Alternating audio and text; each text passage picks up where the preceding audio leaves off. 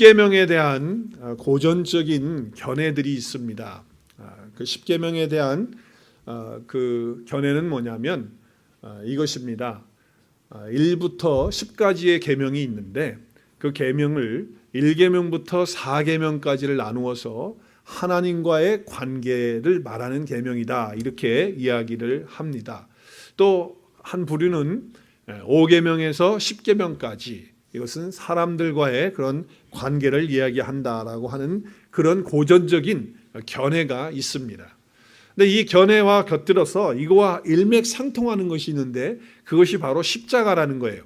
그래서 이 십자가와 십계명은 구조가 같다라고 하는 그런 고전적인 견해가 있다라고 하는 것을 말씀을 드리는 거예요. 그래서 이 십자가를 보면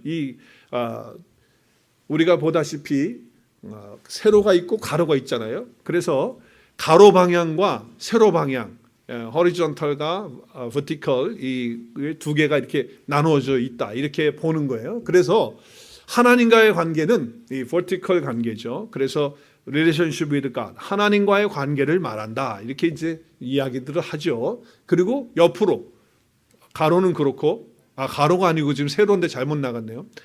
한국말이 잘못 나갔어요. 세로가 지금 vertical이고 가로가 horizontal이죠. 한국말이 지금 잘못 나갔는데, 그래서 옆으로 가게 되면 사람들 간의 그런 관계다. 그래서 10계명이 1계명부터 4계명 하나님께 대한 것, 그리고 또 5계명에서 10계명은 사람에 대한 그런 관계에 대한 계명이기 때문에 십자가도 그와 마찬가지로 하나님과 또 사람과의 그런 관계를 이야기한다 하면서 두 개로 그렇게 고전적으로 분리를 하는 그런 견해들이 있고 해석이 있고 또 그런 인사이트들이 있습니다. 이런 부분에 대해서 우리는 뭐 틀리다 맞다 말하기는 어렵지만, 그렇다고 해서 이것이 뭐 틀렸다라고 말할 수는 없어요. 일리가 있는 그런 견해들이라고 이렇게 생각이 되어집니다. 왜냐하면 하나님과의 관계가 바르게 되면 이웃과의 관계는 바로 되어지는 그런 것이기 때문에, 또 우리의 신앙의 생활의 전부가 하나님과의 관계잖아요. 그래서 하나님과의 관계가 아름답게 이루어지면 사람들과의 관계도 아름답게 이루어지기 때문에 그와 같은 것이다라고 하는 것을 말할 수 있죠. 그런데 제 생각에는 물론 이것이 사람들과의 관계, 하나님과의 관계 이렇게 이야기할 수 있어요. 그렇지만 우리 주님께서 말씀하신 그 말씀이 있어요. 한 율법학자가 와서 어느 계명이 10계명 중에서 가장 큽니까? 라고 했을 때 뭐라고 말씀하셨죠? 우리 마태복음 22장에 보면 내 마음을 다하고 목숨을 다하고 뜻을 다하여 주 너의 하나님을 사랑하라. 이것이 뭐예요? 첫 번째 계명이고, 두 번째 계명은 똑같다는 거예요. 그와 똑같은데 내 이웃을 내 자신과 같이, 내 몸과 같이 그렇게 사랑하라라고 하는 것. 그래서 여기서도 보면 주님이 크게 두 가지로 하나님 사랑과 하나님 관계와 이웃들 관계, 그런 사랑의 관계를 이야기하고 있다라고 하는 것이죠. 그런데 저는요, 생각할 때 물론 이것을 고전적으로 나누어서 둘로 이렇게 볼 수 있어요. 그렇지만 사실 1계명에서 10계명까지가 나눌 수 있는 계명이 아니에요. 이것은 하나 되는 계명이죠. 왜? 또 우리 십자가를 볼 때도 뭐 버티컬과 호라이즌이 이게 둘로 이렇게 분류돼서 나눠져 있다라고 이렇게 말하기가 어려운 거예요. 왜냐하면 이 모든 것은 다 하나로 연결되어 있기 때문에 그래요. 하나님과 다 연결되어, 이웃 간의 관계도 하나님과 연결이 되어져 있고, 또 하나님과의 관계에서도 이웃이 연결이 되어져 있기 때문에 뗄 수 없고 분리할 수 없는 그런 관계라고 하는 것을 우리는 알 수 있어요. 그래서 하나님과의 관계가 제대로 되면 그것 때문에 인간관계도 이웃과의 관계도 제대로 될 수 있다라고 하는 것이기 때문에 이 둘은 사실 나눌 수가 없는 거예요. 뭐 하나님의 관계, 사람들과 관계, 또 계명 1계명에서 4계명, 또 5계명에서 10계명 이렇게 고전적으로는 분리하고 뭐 그렇게 나눌 수 있다라고 해도 사실은 가까이 가서 보면, 또 그 말씀을 깊이 보면 하나님과 관계, 이웃과의 관계는 절대로 나누어질 수가 없다라고 하는 것이죠. 그래서 결론적으로 말씀드리면 하나님과의 관계가 바르고, 그래서 이웃과의 관계가 바른 것, 이것 하나밖에 없다는 거예요. 그러니까 중요한 것은 관계인데 우선적으로 하나님과 나와의 관계가 중요한 것이다라고 하는 것을 말씀하고 있다라고 하는 것이죠. 그래서 1계명에서 10계명, 또 십자가가 둘로 이렇게 횡적으로 또 세로적으로 되어져 있는 것들을 둘로 나눈다기보다는 사실은 이것은 하나님과의 관계를 말하고 있으면서 동시에 우리의 삶의 전체를 다 함께 연결해서 말하고 있기 때문에 사실 나누기라고 하는 것은 바르지 못한 것이 될 수도 있다라고 생각이 됩니다.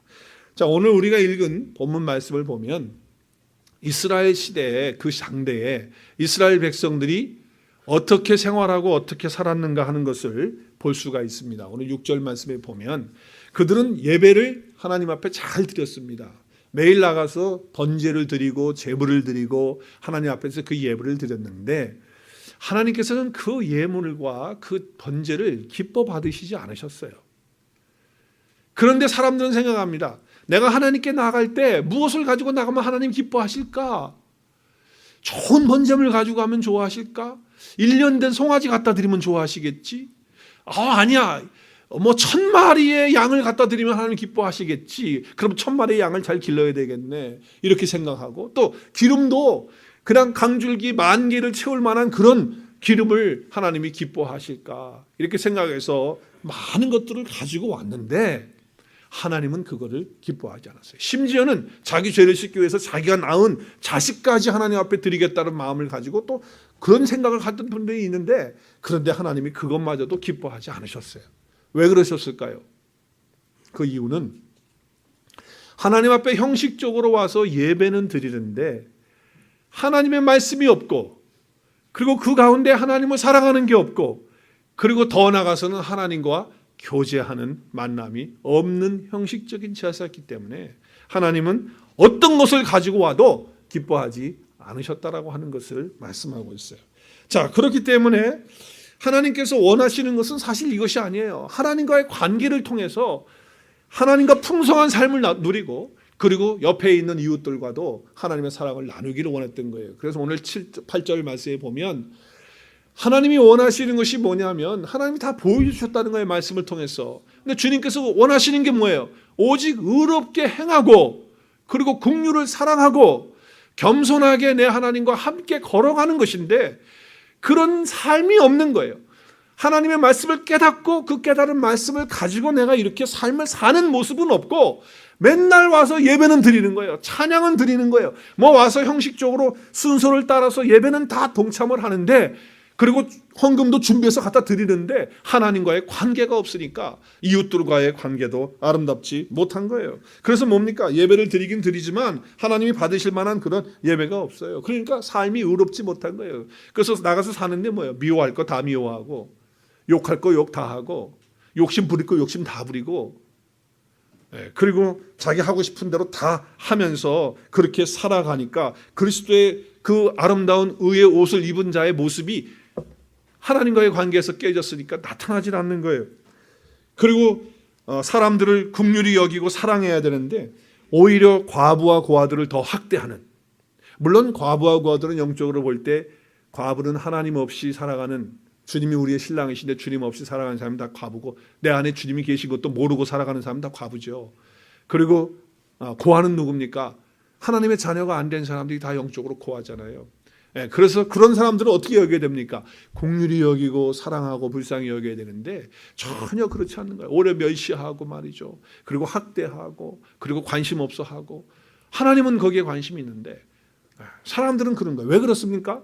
하나님과의 관계가 형성이 안 돼 있으니까 하나님의 말씀을 깨닫지 못하고 있으니까 예배는 드리고 형식적으로 뭘 하는 건 다 하는데 그 안에서 릴레이션십이 일어나지 않기 때문에 그와 같은 일이 일어나게 됐다라고 하는 것이죠. 그래서 호세아 선지자도 미가 선지자와 똑같이 이렇게 얘기를 해요. 함께 읽을까요? 시작. 그러므로 우리가 여호와를 알자. 힘써 여호와를 알자. 나는 인애를 원하고 제사를 원하지 아니하며 번제보다 하나님을 아는 것을 원한다. 하나님이 원하는 게 뭡니까? 번제 드리고 예배 드리는 거 그거 물론 원하세요. 그러나 더 원하는 게 뭐예요? 하나님이 진짜 원하는 거는 그 예배를 통해서 그 제사를 통해서 하나님이 원하는 게 뭡니까? 하나님을 아는 겁니다. 여호와를 아는 거예요. 하나님이 누구시냐? 그 말씀을 통해서 하나님이 누구신지 하나님이 어떤 분이신지 그것을 알고 깨닫고 내 삶 속에서 그 하나님을 나타내고 드러내는 것 그것이 바로 예배인데 이스라엘 백성들은 그렇게 하지 못했던 거예요. 그래서 호세아 선지자를 통해서 이렇게 말씀을 하고 있는 거죠. 우리 하나님은 사랑이 많으세요. 노하기를 더디하세요. 늘 긍휼을 베푸세요. 사랑 가운데 있어요. 근데 하나님은 인애를 원하는데 사랑하고 서로 자비를 베풀고 긍휼을 베풀고 원하는데 그렇지 않으면서 예배는 드리는 거예요. 삶은 그렇지 않은데 예배는 또 정성껏 드리는 거예요. 하나님이 기뻐하지 않죠. 그래서 지금 이런 이야기를 하고 있는 거예요. 우리가 하나님을 알기 위해서는 하나님과 바른 관계를 가져야 되는데 그 바른 관계를 갖기 위한 방편은 저는 두 가지라고 생각합니다. 첫째는 말씀이고 두 번째는 기도입니다. 이 두 가지가 가장 중요한 방편이에요. 여러분 우리가 말씀을 통해서 하나님을 알잖아요. 하나님을 깨닫잖아요. 그래서 그 깨달은 하나님에 대해서 그 말씀에 대해서 내가 삶으로 옮기기 위해서는 내 힘으로 할 수가 없으니까 어떻게 해요? 그 깨달은 말씀을 붙들고 하나님 앞에 기도하는 거예요. 그래서 기도할 때 누가 도와주십니까? 내 안에 계신 주님께서, 내 안에 계신 주님의 영이신 성령님께서 그 말씀을 깨달은 말씀을 실행하고 열매를 맺을 수 있도록 도와주시는 거예요. 그래서 우리는 기도해야 돼. 내 힘으로는 불가능하니까 주님 앞에 매달리고 기도하는 거예요. 그래서 기도는 하나님의 깨달은 그 말씀을 내 삶으로 옮기게 하는 능력이 바로 기도인 줄로 믿으시길 바랍니다. 그래서 여러분 말씀과의 기도가 결국 하나님과 나와의 관계를 새롭게 만들어요. 하나님의 말씀 없이는요, 또 그 깨달은 말씀을 기도하지 않는다면 우리의 삶에는 하나님과 관계가 없는 그런 삶을 사는 거예요. 어떤 목사님께서 성도님 가정에 신방을 가게 되셨어요.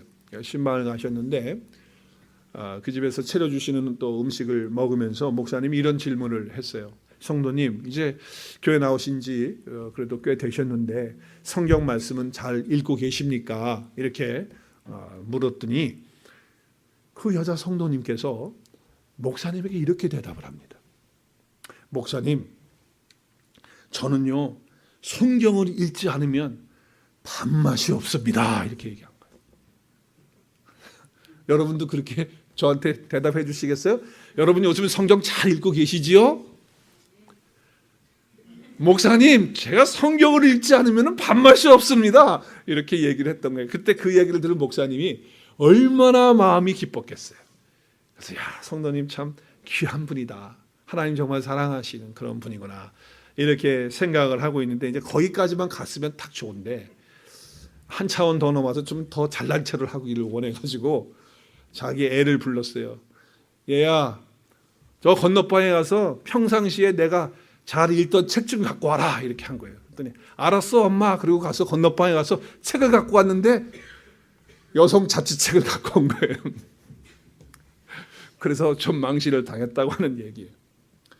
여러분 정말 우리가 하나님을 아는 것은 하나님의 말씀을 읽고 또 묵상하고 그래서 그것을 깨달을 때 하나님을 알게 되는 거예요.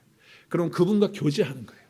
그리고 그 교제한 그분의 그 말씀을 가지고 붙들고 우리가 기도하기 시작하면 그 관계가 풍성해지도록 도와주시고 또 그 기도를 통해서 성령님께서 내 안에서 그 말씀을 대로 살 수 있도록 역사해 주시는 그런 은혜가 있게 되어지는 것입니다. 한번 따라하겠습니다. 신앙은 관계입니다. 관계예요. 하나님과의 관계이고 옆에 있는 사람들과의 관계. 그러니까 순간순간 하나님과 대화하고 그분과 함께 말씀을 묵상하면서 그렇게 나가는 거죠. 그것이 진정한 하나님의 자녀가 갖는 태도예요. 그래서 우리가 말씀을 통해서 또 기도를 통해서 우리의 신앙이나 인격이 성장하고 성숙하게 된다라고 하는 거예요. 그래서 주님은요, 자기와 우리와의 관계를 이렇게 묘사를 하셨어요. 물론 많은 부분의 묘사를 했지만 정말 우리에게 실감되어지는 말씀이 바로 요한복음 15장에 있는 말씀이에요. 내 안에 거하라. 나도 너희 안에 거하리라. 그래서 주님이 포도나무고 우리는 가지다. 그래서 어떻게 있어야 된다? 그 가지는 포도나무에 붙어 있기만 하면 나무가 물도 주고 공급도 해주고 산소도 주고 그 뿌리에서부터 진액을 줘서 그 가지는 저절로 열매를 맺을 수 있도록 해주신다. 근데 우리는 어때요?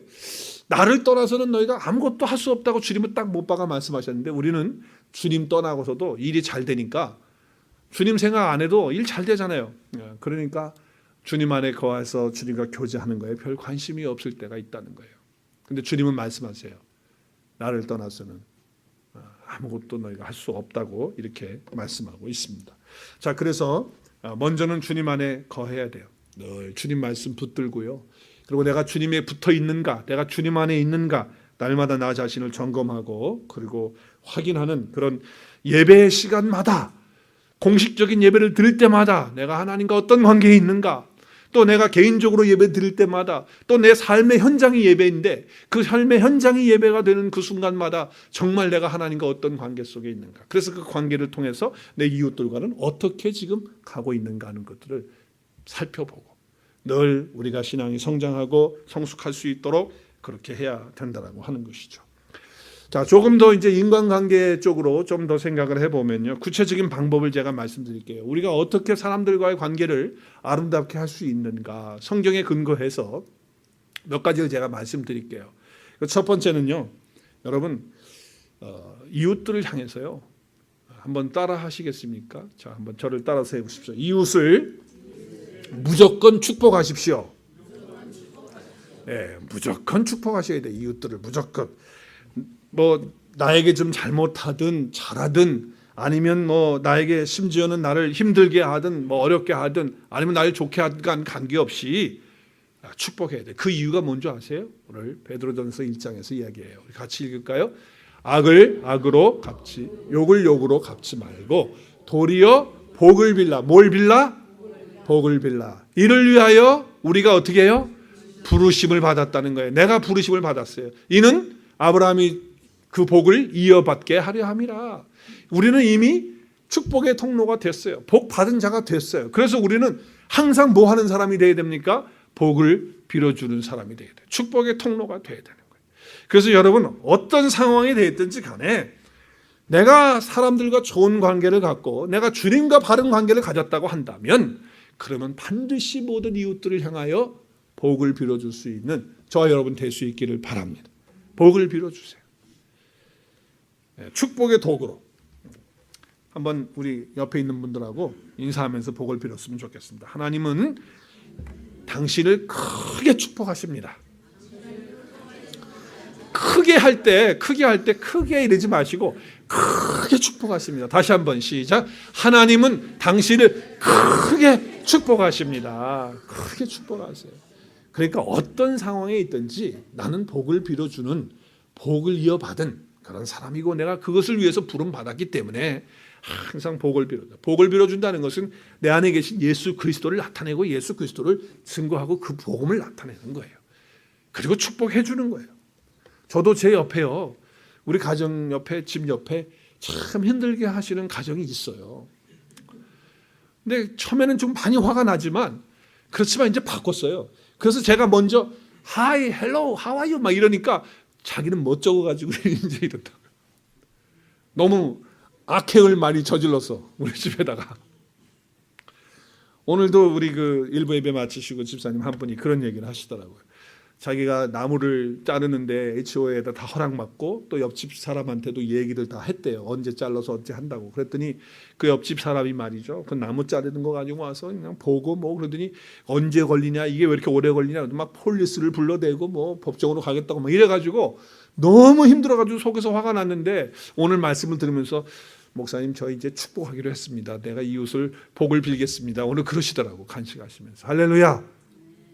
우리는 복을 비는 사람으로 하나님이 부르셨다는 사실을 기억하시고 축복하는 사람 되십시오. 그럼 이웃도 잘 되고 나도 잘 되는 것입니다. 상담학에서 말하는 인간관계에서 보통 3개월이 허니문이라고 합니다. 보통 사람들마다 조금씩 다르긴 하겠지만, 그래서 3개월이 지나면 관계가 어떻게 될까요? 쉽게 말하면 뽀롱이 납니다. 우리가 신혼도 3개월이고요. 또 교회에 와서도 내가 이 교회 오면 3개월이면 다 알게 됩니다. 알 거 모를 거 뭐 다 알고요. 그리고 신비로운 것도 없고, 그리고 밋밋해지는 거예요. 이제 앞으로 결혼하실 분도 잘 들으세요. 밋밋해진다고 3개월 지나면. 이제 그때부터 뭐가 벗겨지냐면 눈에 있던 콩깍지가 딱 벗겨지면서 눈이 밝아집니다. 그래서 뭐가 보이냐? 허점이 보이고 약점이 보이고 나쁜 점이 보이고 나하고 성격 틀린 게 보이고, 이게 보이기 시작하는 거예요. 그래서 어떻게 합니까? 지적하기 시작하고, 그 다음에 이제 그것도 안 되면 어떻게 합니까? 사네 못 사네. 내가 성격이 당신하고 맞아야 살지, 내가 그럴 줄 알았으면 내가 결혼 안 했지 말이지. 그래가지고서 이제 난리가 나는 거예요. 힘들다는 거죠. 근데 여러분, 단점이 보일 때 오늘 우리가 말씀 받았잖아요. 우리는 뭘 위해서 부름 받았어요? 뭘 위해서 부름 받았어요? 복을 빌어주기 위해서 부름 받았으니까 어떻게 해야 돼요? 단점이 장점이 될 수 있도록 복을 빌어 주실 수 있길 바랍니다. 약점이 강점이 될 수 있도록 복을 빌어 줄 수 있길 바랍니다. 예, 그렇게 하셔야 되는 거예요. 아우 골치 아프다 말이지. 내가 정말 이렇게 괜히 교회 와가지고 내가 말이지 처음에는 좋았는데 다 좋아요. 3개월 동안 다 좋아. 어디가 다 좋아. 여러분 거기에서 그것을 축복으로 바꾸지 못하면 그리고 복을 빌어주는 것을 못하면 그러면 그 사람의 인격이나 신앙은 거기에서 멈추는 거예요. 성장하고 성숙할 수가 없어요. 어떻게 성장합니까? 어떻게 성숙하고? 그게 불가능한 거예요. 관계의 3대 법칙이 있어요. 그 관계 3대 법칙 제가 이렇게 타이프를 쳐서 썼는데 여러분 한번 같이 보면 좋겠어요. 3대 법칙. 보면 어떤 사람이든 배울 점이 있다는 거예요. 그래서 모든 사람을 만날 때마다 배울 점을 찾는다는 거예요. 이게 바로 복을 빌어주는 그런 마음의 자세를 갖는 거죠. 이렇게 되면 관계가 나빠질 수가 없어요. 두 번째는 어떤 사람이든 뭐가 있습니까? 좋은 점이 있습니다. 좋은 점 없는 사람 한 사람도 없어요. 다 있어요, 좋은 점이. 그러니까 모든 사람을 만날 때마다 뭘 찾으면 돼요? 좋은 점을 찾으면 되는 거예요. 그리고 그것을 찾아서 말해주면 돼. 좋은 점을 찾아서 말해주면 된다. 그러면 관계는 엄청나게 좋아질 겁니다. 세 번째는 어떤 사람이든 뭐가 있습니까? 아픔이 다 있습니다. 아픔 없는 사람이 어디 있어요? 그래서 모든 사람을 만날 때마다 진정한 지지자가 되고 위로자가 되는 거예요.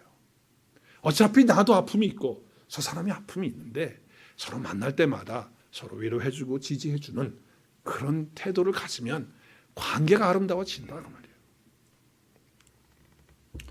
그래서 우리가 이제 이렇게 관계를 아름답게 이루기 위해서 첫 번째로 해야 될 건 뭐예요? 복을 빌어주는 거예요. 항상 복을 빌어줘요. 어떤 상황이 있든지 간에. 그리고 두 번째는 마음을 오늘 여기 보니까 다 상처 있고 아픔이 있잖아요. 그래서 마음을 함께 해주는 그런 자가 필요한 거예요. 그래서 로마서에서 이런 말씀을 함께 읽겠습니다. 시작. 즐거워하는 자들과 함께 즐거워하고 우는 자들과 함께 울라. 네, 정말 즐거워할 때 같이 기뻐. 내가 즐거운 것보다 더 기뻐하는 그런 모습. 그리고 정말 슬픔을 당했을 때 진심으로 함께 옆에서 잔소리하지 말고 옆에서 같이 있어주면서 해주는 그것이 필요하다라고 하는 거예요. 그것뿐만 아니라 가능하다면 이웃의 필요를 우리가 채워주는 것까지 가야 됩니다. 도움이 필요하면 내가 가능할 때 도와줄 수 있어요. 그렇죠? 우리 주님 뭐라고 말씀하셨습니까?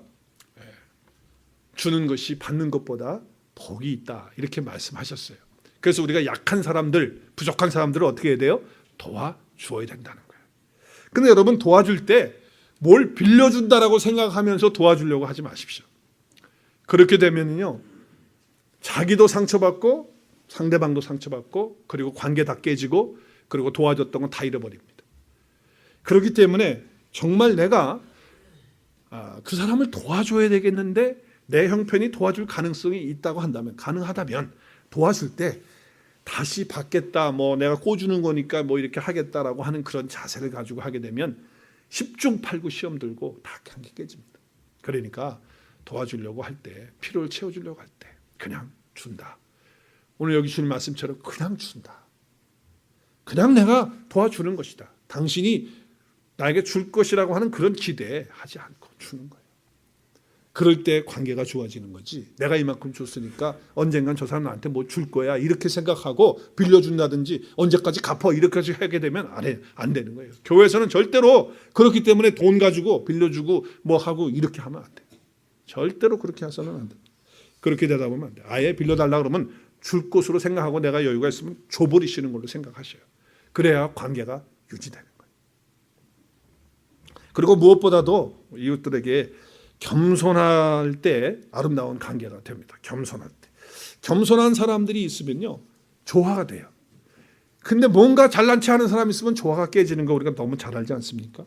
그런 사람들의 생각 속에는 뭐가 들었습니까? 이런 생각이 들었어요. 나는 당신하고 차원이 달라. 이런 생각이 갖고 있는 거예요. 그러니까 이게 어려운 거예요. 그래서 우리 미가서의 오늘 본문에도 뭐라고 얘기합니까? 겸손하게 내 하나님 앞에서 함께 걷는 거예요.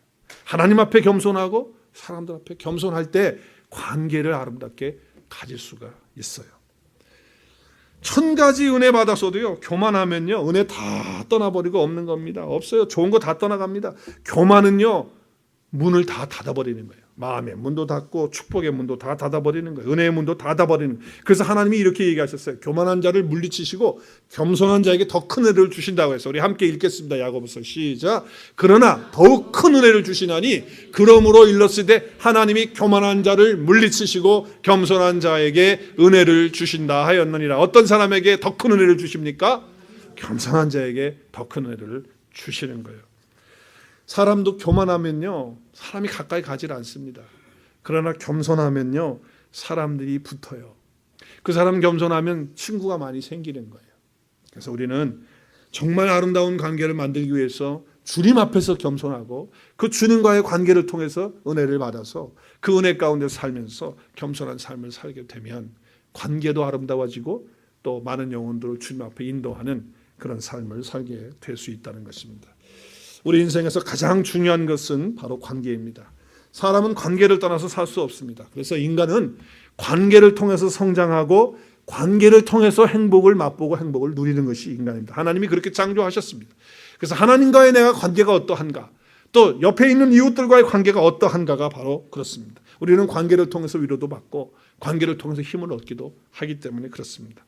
무엇보다도 하나님과의 관계를 바르게 할 때 인간관계도 바르게 되어지고 아름답게 되어진다. 이것은 끊을 수가 없고 뗄 수도 없고 분리할 수도 없는 하나로 연결되어져 있는 부분이라고 하는 것을 기억하시면서 오늘도 내가 하나님과 바른 관계를 갖기 위해서 정말 목마른 사슴이 그 물을 찾아서 막 헤매듯이 내가 주님을 그렇게 사모하고 그렇게 갈망하고 주님의 말씀을 정말 목마른 사슴이 그 목말라서 그냥 물을 찾아 다니는 것처럼 나도 주님의 말씀에 그렇게 목말라 할 때 주님께서는 우리에게 찾아오셔서 귀한 말씀을 깨닫게 하시고 그 말씀 가운데서 아름다운 관계를 주님과 누리게 하시고 내가 주님 안에 있다라고 하는 것을 주님이 크게 또 풍성하게 그런 은혜를 주셔서 축복 가운데 아름다운 주님과의 관계, 또 옆에 있는 사람들과의 관계가 이루어질 수 있게 되는 것입니다.